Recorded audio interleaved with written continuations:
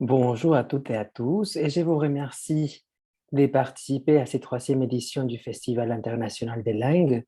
Aujourd'hui, j'ai l'honneur de vous présenter Alexandra Zubowska et je me permettrai de vous lire son parcours professionnel. Auteur de nombreux articles portant sur la littérature française et québécoise, Alexandra Zubowska a enseigné la littérature d'expression française à l'Université de Silésie en Pologne. Elle a fait paraître plusieurs ouvrages littéraires et didactiques passionnés de la littérature francophone. Elle a publié et co-dirigé Le Québec connais-tu, à la fois vaste introduction à la culture et la société québécoise, et recueil d'activités s'adressant aux enseignants de français langue seconde ou étrangère au niveau avancé. Depuis 2014, elle était coordinatrice de la Bibliothèque des Amériques, au Centre de la francophonie des Amériques, au service des francophones et francophiles des Amériques, désireux de participer aux programmes et activités littéraires. Alexandra, je vous donne la bienvenue, mais aussi pour rappeler au public, si vous avez des questions, vous pouvez les partager auprès de nos réseaux Facebook ou YouTube ou dans la partie du chat. Alexandra, je vous donne la parole. Pedro, je vous remercie. Bonjour à toutes et à tous. Je suis Alexandra Grzybowska, coordonnatrice de la Bibliothèque des Amériques du Centre de la francophonie des Amériques, et il me fait plaisir de vous souhaiter la bienvenue à cette rencontre portant sur le numérique, Internet et les réseaux sociaux, mais surtout sur le numérique et la lecture. Donc, je tiens à remercier très chaleureusement les organisateurs de la Fiesta de langue et de culture pour cette belle initiative de créer l'événement en ligne qui permet de faire la promotion de l'apprentissage de langues étrangères, n'est-ce pas, ainsi que de culture représentée par ces langues. Donc, je suis très heureuse d'être avec vous au début de cet après-midi pour vous faire une présentation que je vais partager maintenant.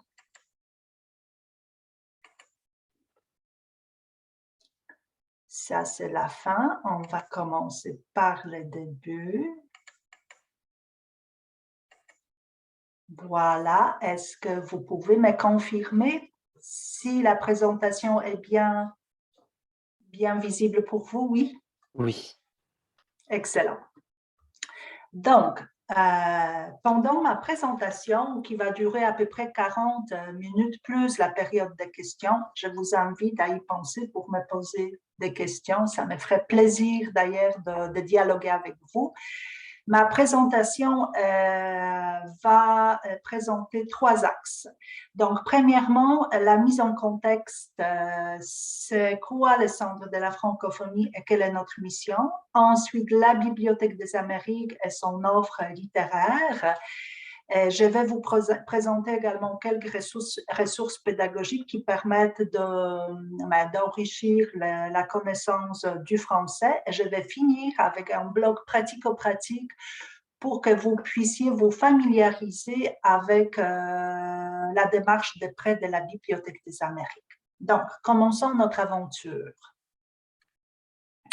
Le Centre de la francophonie des Amériques, c'est un organisme du gouvernement du Québec qui a pour but de faire la promotion de la langue française sur le grand continent américain. Et plus précisément, nous avons pour but de bâtir une francophonie qui est plus solidaire, plus forte, plus inclusive et plus riche. Toujours une francophonie vivante, plurielle et engagée. Le Centre de la francophonie des Amériques a été créé à l'automne, en 17 octobre 2008, par le Premier ministre du Québec et le président de la France. Vous voyez cette belle photo, ce sont nos bureaux qui se trouvent à Québec, dans le Vieux-Québec.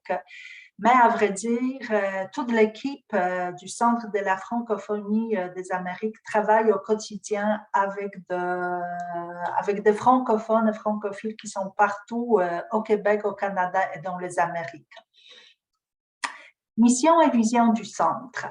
Donc, notre mission, c'est contribuer à la promotion et à la mise en valeur d'une francophonie porteuse d'avenir pour la langue française, et toujours dans le contexte de la diversité culturelle. J'attire votre attention au mot « contribuer ». On contribue à cette promotion, c'est-à-dire on développe de collaborations et des partenariats avec différents organismes des Amériques, des organismes qui détiennent des expertises dans les différents domaines qui nous sont chers, qui sont au cœur de notre programme, c'est-à-dire la culture, l'éducation, la jeunesse, l'économie. Et toujours dans la diversité culturelle, c'est-à-dire nous respectons les valeurs, la culture de francophones qui viennent d'autres provinces ou d'autres cultures. Nous rêvons d'une francophonie qui est en mouvement solidaire, inclusif, qui regroupe les Amériques dont les liens durables stimulent les échanges et les actions. Le mot à retenir, ce sont les liens durables. Pour nous, c'est très important de créer des liens, de bâtir les liens entre le francophone, mais par exemple du Mexique. Ici, je peux parler de nos collaborations et des partenariats que nous avons développés avec la délégation générale du Québec à Mexico, de nos collaborations avec l'Université autonome nationale de Mexico, des universités de Monterrey. Donc, voilà, dans nos programmes, nous avons différentes activités qui permettent de rejoindre ce public. Et maintenant, je vous invite à écouter une courte vidéo qui va présenter d'une manière générale le Centre de la francophonie des Amériques. À l'initiative du gouvernement du Québec, le Centre de la francophonie des Amériques a été fondé pour stimuler la création de liens entre les communautés francophones des Amériques et agir comme un moteur de développement par sa contribution à l'émergence de projets porteurs, pluriels et inclusifs. Grâce à des initiatives exclusives et gratuites, comme la Bibliothèque des Amériques, ou des projets phares, comme le Forum des jeunes ambassadeurs, le Parlement francophone des jeunes ou l'Université d'été, le Centre joue son rôle de leader en s'engageant à soutenir et mettre en mouvement une francophonie porteuse d'avenir. En plus d'agir sur le terrain, le Centre s'investit chaque jour un peu plus dans les espaces virtuels afin de multiplier les initiatives, les concours ou les occasions d'échange entre les 33 millions de francophones et de francophiles des Amériques. Depuis plus de 10 ans, le Centre travaille ainsi à la mise en œuvre d'une francophonie plurielle, solidaire et inclusive, riche de ses différences, engagée et innovante. Une francophonie faite pour les 33 millions d'individus qui la supportent dans plus de 50 pays et territoires dans les Amériques. Voilà, et maintenant, je voudrais vous présenter brièvement notre public cible, avec qui nous travaillons au quotidien. Donc, nous avons la chance de côtoyer la grande famille des francophones et francophiles, 33 millions sur le grand continent américain. Et si vous regardez attentivement la carte que je vous ai préparée, vous remarquerez que la grande majorité des francophones francophiles se trouve en Amérique du Nord. Évidemment, au Canada, 10,4 millions. Évidemment, c'est la province du Québec qui fait le poids, où on est très, très nombreux.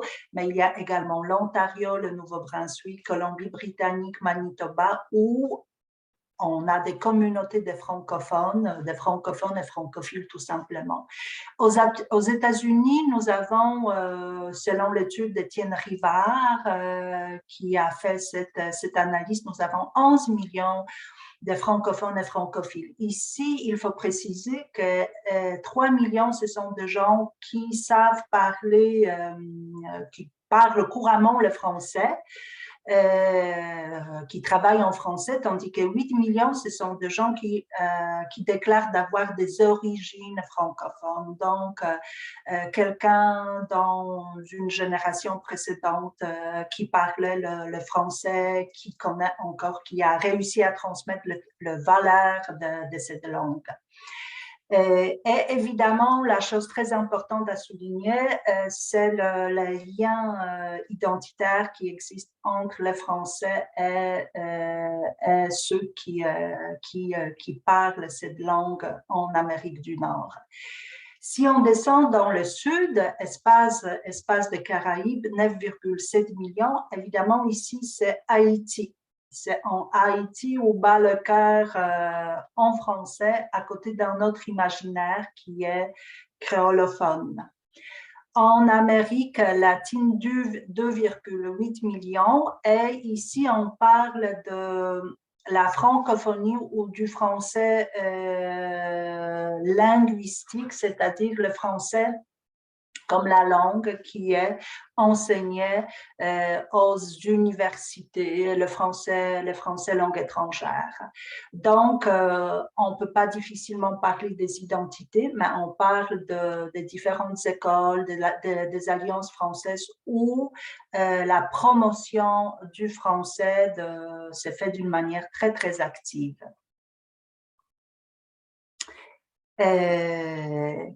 Pour vous sensibiliser à la richesse et à la diversité du français dans les Amériques, je vous invite à écouter la deuxième petite courte vidéo.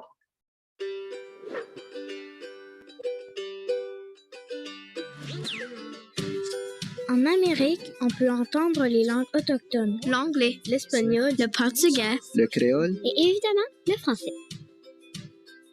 Tout comme son continent, la francophonie des Amériques est belle, vaste et diversifiée. Saviez-vous que partout au Canada, on peut étudier en français de la garderie à l'université? On retrouve d'ailleurs plus de 20 universités francophones d'un océan à l'autre. La culture francophone y est aussi célébrée dans de nombreuses fêtes et festivals, même jusqu'à Saint-Pierre et Miquelon. Au 19e siècle, les Canadiens français ont traversé la frontière du Sud en si grand nombre qu'on y retrouve aujourd'hui des millions de leurs descendants. Il y a plusieurs villes majoritairement francophones en Nouvelle-Angleterre. On redécouvre la valeur économique du français en Louisiane et on retrouve de nombreuses populations francophones à New York, en Floride et jusqu'en Californie. D'est en ouest, le français résonne. Dans les Caraïbes, c'est plus de 9 millions de personnes qui s'expriment en français. Les festivités culturelles sont nombreuses, soulignant à la fois leur héritage français et créole. Plus au sud, en Amérique latine, savez-vous que le français est la 12e langue étrangère la plus étudiée? Son enseignement est obligatoire au Costa Rica, alors que c'est au Brésil qu'on retrouve le plus grand nombre de francophones. Au-delà de l'éducation et de la culture, il y a des commerces, entrepreneurs, restaurateurs et industries qui offrent des services en français d'un bout à l'autre des Amériques. Mais la francophonie des Amériques a encore des défis à relever. Partout, la demande pour apprendre le français dépasse l'offre. On manque d'écoles francophones, d'écoles d'immersion et aussi de professeurs. Ensemble, communiquons, vivons, travaillons pour faire rayonner cette francophonie des Amériques. Nous sommes Québécois, Acadiens, Franco-Tico, Guadeloupéens, Franco-Ontariens, Mexicains. Nous sommes la francophonie.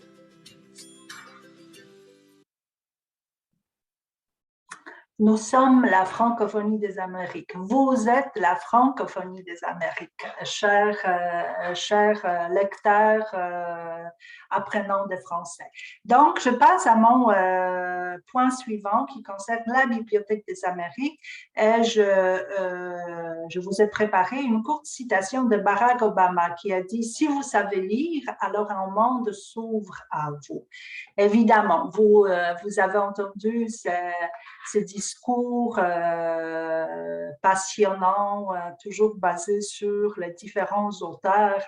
Donc, c'est un petit mot d'ordre qui va me permettre de vous guider à travers l'offre des programmes et des contenus de la Bibliothèque des Amériques. Bibliothèque des Amériques. La première chose à retenir, chères auditrices et auditeurs, c'est l'adresse. C'est bibliothèquedesamériques.com. Tout se passe là. Quand vous tapez dans le moteur de recherche bibliothèquedesamériques.com, vous allez retrouver la magnifique plateforme de cette bibliothèque. Et d'ailleurs, je précise que ma présentation est faite à la base vraiment en se promenant sur ces sites. Je vous ai fait quelques captures d'écran pour vous faire cette découverte livresque. Donc, première chose à dire, c'est que la bibliothèque existe depuis déjà 2014. Le parrain de la bibliothèque, Dany Laferrière, qui est un écrivain en pyjama, qui aime la lenteur, qui tape sur la machine, nous a dit, mais pourquoi vous m'offrez une telle mission d'être le parrain de quelque chose qui est digital, qui n'est pas palpable, qui n'existe pas, avec quoi je ne peux pas travailler. Donc, le début était un peu difficile, mais M. Dany Laferrière a compris très, très vite l'étendue de cette bibliothèque, parce que c'est une bibliothèque qui est offerte à toute personne qui réside dans les Amériques. Et c'est comme ça qu'il nous a dit, mais c'est un outil magnifique grâce auquel on peut démocratiser l'accès au savoir. Et c'est ça, la Bibliothèque des Amériques. Elle existe, elle est virtuelle, mais elle existe partout, elle est disponible à chaque personne qui vit sur le continent américain, donc Amérique du Nord, centrale et du Sud. Bibliothèque des Amériques a plusieurs objectifs à atteindre. Le premier, le plus important, c'est donner l'accès aux livres en français là où il n'y en a pas. Donc, dans les milieux minoritaires au Canada ou dans les communautés qui ont des difficultés à avoir des livres en français ou qui doivent acheter des livres qui coûtent encore très cher, sans parler des frais postaux. Quelques caractéristiques de la Bibliothèque des Amériques. À vrai dire, il y a quelques mots qui la caractérisent très bien. Elle est unique parce que, autant que je sache, c'est la seule bibliothèque qui vous offre l'accès gratuit à plus de 17 000 livres en français. C'est une bibliothèque 100% franco-amérique, donc consacrée uniquement à la promotion des auteurs francophones des Amériques. Nous n'avons pas de traduction de romans de l'anglais en français. Vraiment, vous allez y trouver uniquement des ouvrages en français. Et troisième caractéristique de cette bibliothèque, elle est gratuite. Elle est gratuite. Il suffit de s'inscrire également gratuitement au Centre de la francophonie, ensuite à la bibliothèque, pour pouvoir accéder au catalogue numérique de la bibliothèque. Maintenant, qu'est-ce que vous allez trouver dans le catalogue? Dans le catalogue, qu'est-ce qu'on fait? On se promène, on fait des découvertes, on tape, on cherche cuisine, tourisme, et vous allez trouver tout dont vous avez besoin. Donc, premièrement, cette bibliothèque répond à la demande de monsieur, madame, tout le monde, c'est-à-dire quelqu'un qui aime lire, qui a besoin de quelques livres pratiques, peut-être livres de cuisine, livres de tourisme, livres économiques pour savoir comment marche la bourse, mais également c'est une bibliothèque qui vous offre de romans, des littératures francophones. Et ici, nous avons plusieurs zones littéraires que nous mettons en promotion. Évidemment, vous avez les classiques de la littérature québécoise, ainsi que des œuvres contemporaines. Vous avez la littérature du Canada français, donc d'autres provinces, Ontario, Manitoba, Colombie-Britannique, et également la littérature des Antilles. Cette bibliothèque, c'est une bibliothèque qui pense à vous, chers enseignants, chers étudiants, chers chercheurs, toute personne qui travaille en français. Et vous allez y retrouver des ouvrages qui sont plus spécialisés. Donc, collection pour le professeur de français, donc des essais comment enseigner le français aujourd'hui. Vous avez des collections plus commerciales qui portent sur l'économie, les entreprises. Également une belle offre de livres des auteurs autochtones du Canada et des Amériques, et ainsi plusieurs ouvrages de référence. Je pense aux dictionnaires, je pense aux essais expliquant les origines des mots en fonction de communautés, et également très belle collection jeunesse. On sait qu'on a beaucoup d'enseignants et surtout de jeunes lecteurs qui aiment lire. En pensant à toute personne qui fait la recherche ou qui enseigne, nous vous proposons la zone pédagogique dans laquelle nous avons regroupé plusieurs sélections de livres qui portent sur l'enseignement de français. Donc, sur la découverte du Québec, sur pratique de lecture ou même comment enrichir vos cours d'une manière en vous appuyant sur les nouvelles technologies et sur le numérique. Mais chaque bibliothèque normale qui s'apprécie, c'est une bibliothèque qui offre une médiation, c'est-à-dire d'autres activités que la lecture. Donc, nous avons une section à vous proposer, le Nouvelle, qu'est-ce qui se passe dans les lettres francophones dans les Amériques. Donc, on y parle des prix littéraires, des festivals, des salons du livre, on parle de nos activités à nous du Centre de la francophonie des Amériques que nous avons développé dans le cadre des différents partenariats. J'attire votre attention, par exemple, à la table ronde que nous avons organisée dans le cadre du Salon du livre de Dieppe l'année dernière.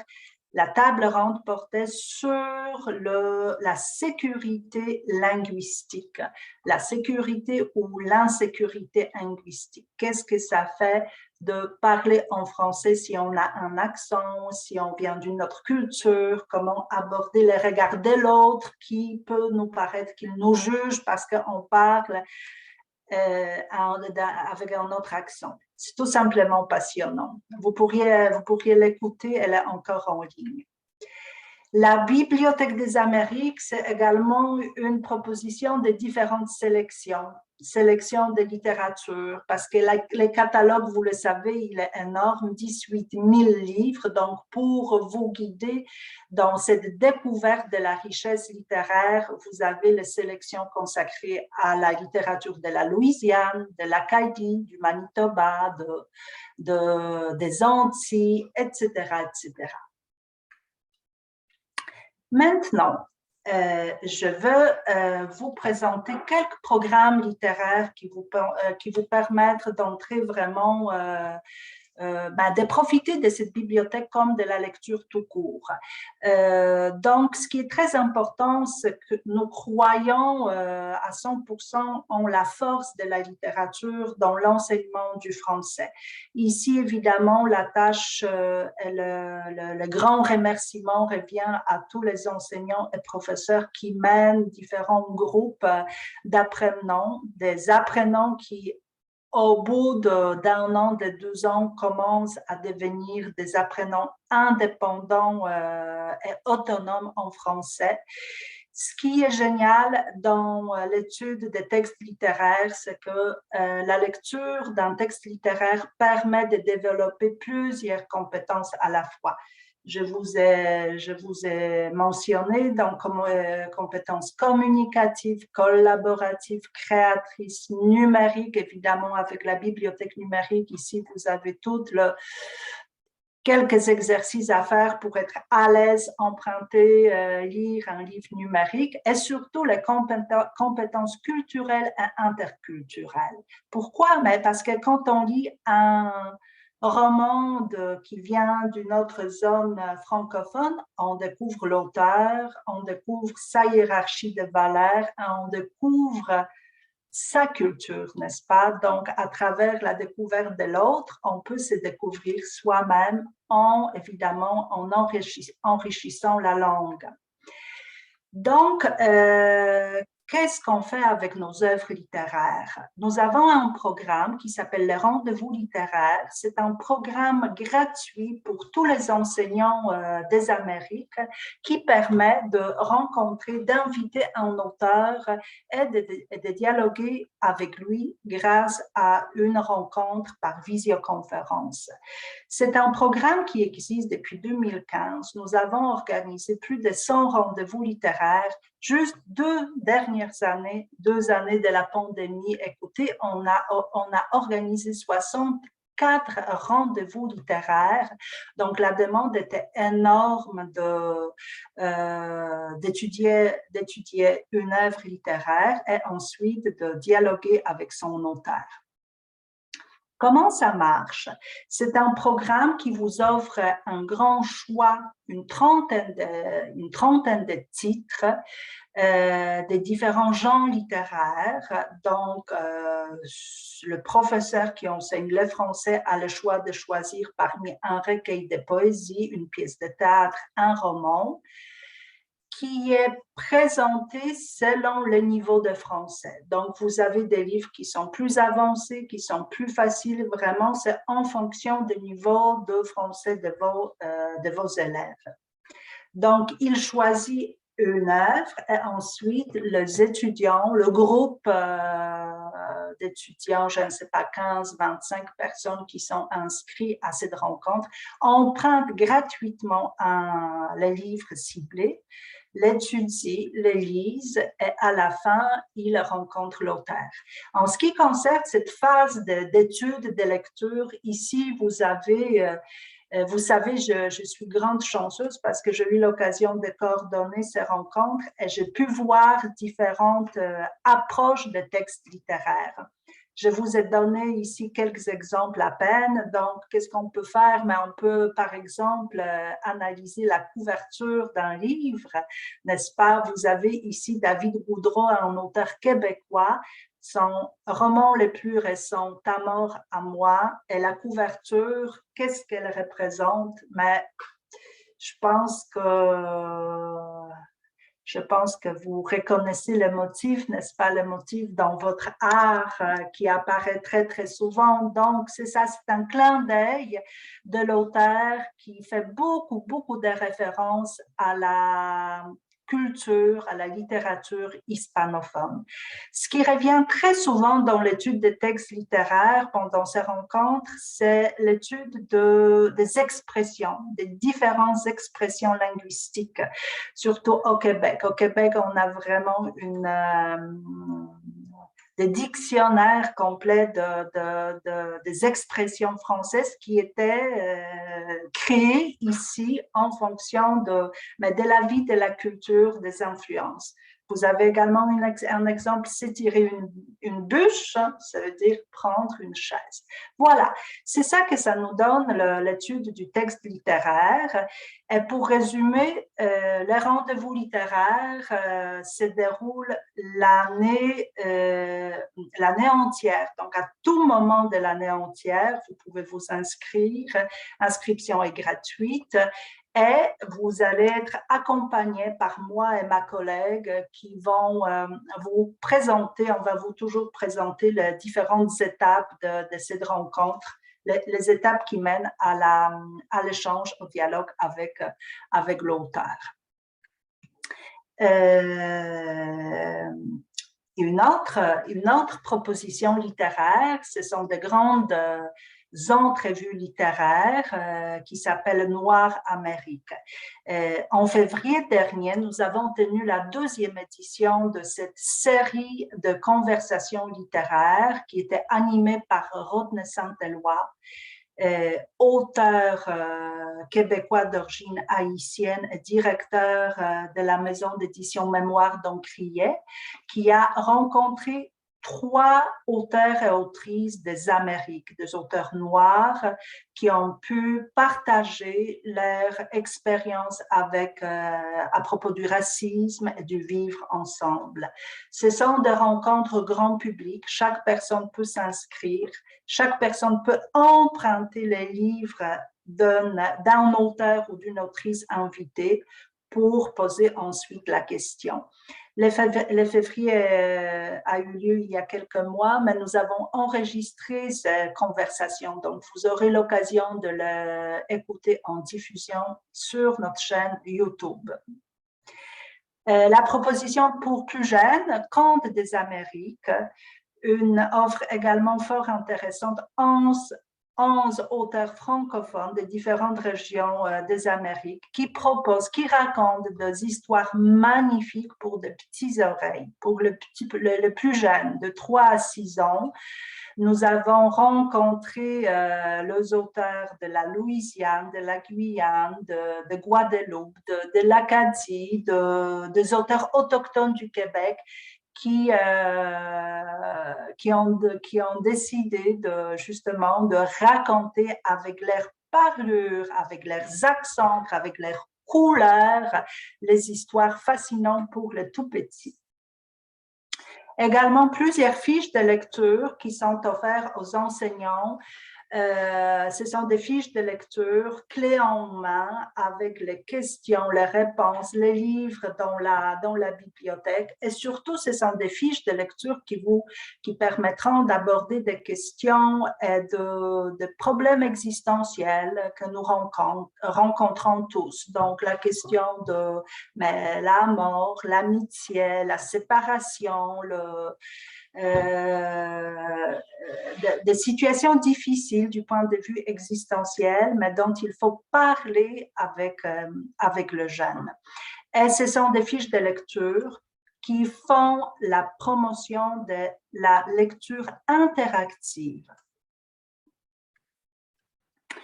La Bibliothèque des Amériques avec le Centre de la francophonie vont vous offrir différentes activités d'ici début d'automne. Donc, formation en ligne qui s'adresse aux enseignants de français, mais également de balados ou des récits historiques. Ce sont des contenus exclusifs produits par le Centre qui permettent de découvrir la richesse de cette francophonie des Amériques. Je vais me concentrer maintenant sur mon dernier point, c'est-à-dire la Bibliothèque des Amériques, bibliothèquedesamériques.com, l'adresse à retenir et surtout, je voudrais attirer votre attention sur le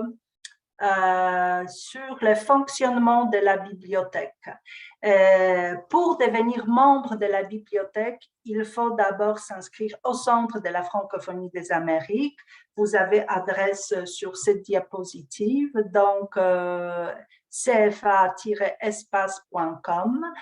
Ensuite, il faut remplir le formulaire, cocher la case inscription à la Bibliothèque des Amériques, confirmer votre inscription en cliquant sur le lien que vous allez recevoir dans votre boîte de courriel et ainsi vous êtes connecté à la bibliothèque. Ce qui est très important de savoir, c'est que c'est une bibliothèque qui vous offre les services en continu 24 heures sur 24.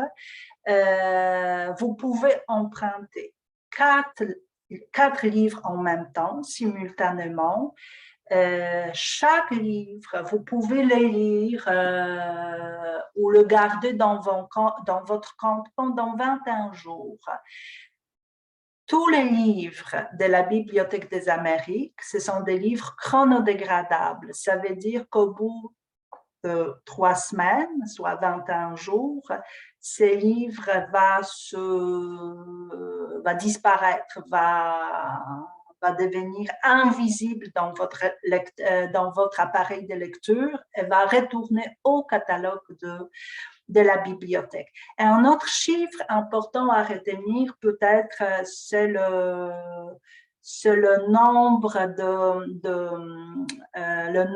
de livres. C'est-à-dire, si vous voyez qu'un livre est disponible uniquement en un seul exemplaire, ça veut dire qu'une seule personne peut l'emprunter. N'est-ce pas? Donc, ça veut dire que nous n'avons pas des prêts simultanés. Ce sont des prêts qui sont offerts par les licences numériques avec lesquelles nous respectons évidemment le droit d'auteur. Et pour finir, je voulais vous inviter très chaleureusement de devenir membre du centre. L'inscription est gratuite et vous allez pouvoir profiter des différents contenus exclusifs que nous vous offrons, des infolettres, évidemment les livres de la Bibliothèque des Amériques, possibilité de participer au programme, aux activités, au concours du centre et évidemment aussi la participation au processus démocratique du centre, c'est-à-dire pour choisir nos administrateurs. Et à la fin, je voulais finir avec la citation à peu près la même de Barack Obama qui vous a dit « Si vous savez lire, alors le monde s'ouvre à vous ». Moi, j'ai envie de la paraphraser et dire, si vous connaissez le Centre de la francophonie des Amériques et la Bibliothèque des Amériques, alors le monde s'ouvre à vous. On reste vraiment à votre disposition. Donc, je vous laisse mon adresse courriel, alexandra@francophonie des Amériques. Si vous avez la moindre question, le moindre besoin, la moindre recherche d'un titre, d'un livre, d'une idée, d'une activité, moi et mes collègues, nous sommes à votre disposition pour vous guider, pour vous accompagner, tout simplement pour vous aider. Voilà, je vous remercie très chaleureusement de votre attention. Et si vous avez des questions, évidemment, il me fera plaisir d'y répondre. Alexandra, je vous remercie pour ces partages et on va passer dans la partie des questions-réponses. Et oui, nous avons quelques questions auprès de nos réseaux sociaux. La première question, c'est est-ce que les taux de francophones et francophiles continue à augmenter aux Amériques? C'est une très bonne question statistique, c'est le chiffre. Nous espérons que oui, parce que selon les données et selon les inscriptions au centre, nous pouvons voir que l'augmentation est majeure de l'année en année. Nous avons enregistré un énorme nombre de prêts pendant la première année de pandémie, le nombre qui a triplé, à vrai dire, le prêt que nous avons enregistré avant la pandémie.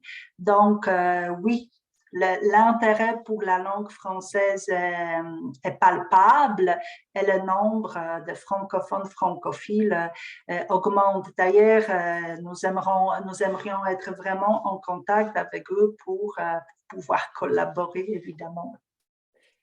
Aussi, ils nous demandent s'il est possible qu'au Mexique, le français devienne une langue obligatoire comme le Costa Rica.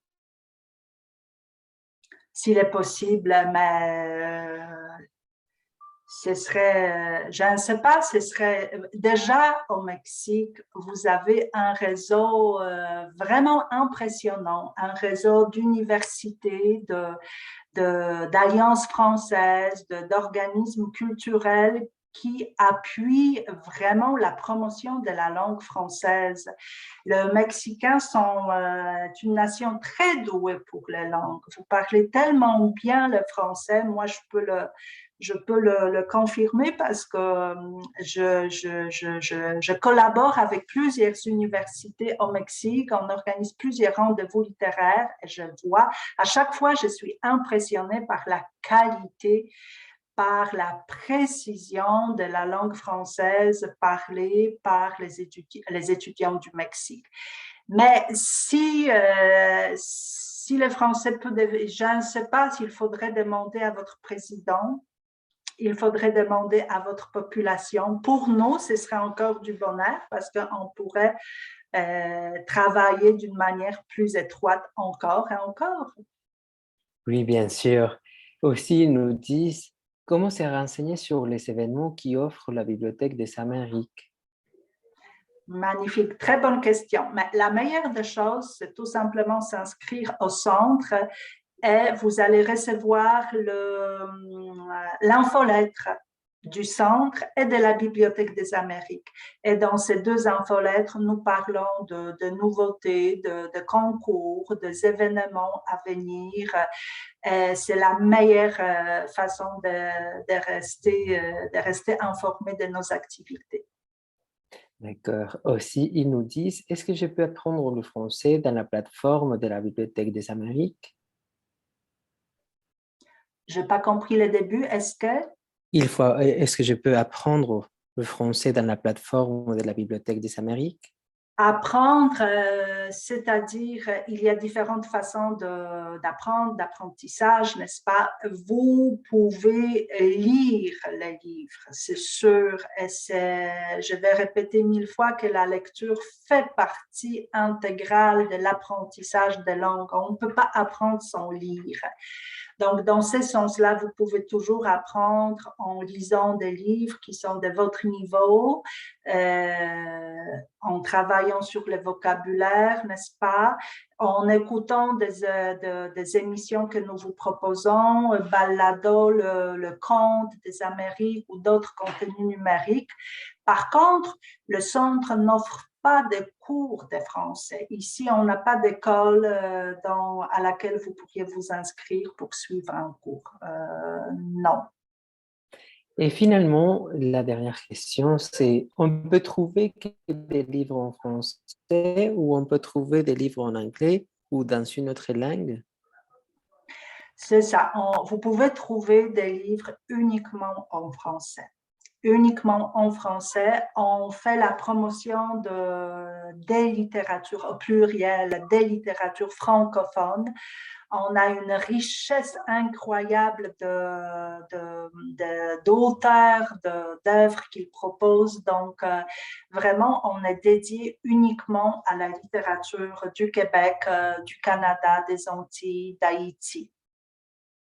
Autrement dit, on n'a pas de traduction, pas de livre ni en espagnol ni en anglais, mais je pense que vous avez d'autres bibliothèques qui vont vous offrir ce genre de lecture. Merci Alexandra pour avoir répondu à ces questions. Et si vous avez des autres questions, vous avez vu déjà l'adresse mail d'Alexandra. Et finalement, je me tiens à vous remercier une autre fois pour ces partages. Et je vais partager une petite attestation au nom de l'Université autonome des langues qui atteste de vous d'avoir présenté cette petite présentation qui avait pour nom la Bibliothèque des Amériques au service des francophones et francophiles du continent américain au sein du Langue et Culture Fest, parlons du Internet et réseaux sociaux. Bon, merci beaucoup. Merci. Je vous remercie encore une fois pour votre invitation, d'avoir pensé au Centre de la francophonie des Amériques. Ça nous fait vraiment plaisir de collaborer avec vous de nouveau, mais j'ai un rêve à partager avec vous. Merci encore une fois et merci à toutes et à tous d'avoir suivi cette présentation et je vous invite à continuer à ce 3e Festival international des langues. Merci et au revoir. Merci et à la prochaine. À la prochaine. À la prochaine. Merci beaucoup, Alexandra. Merci, Edouard. À la prochaine, oui.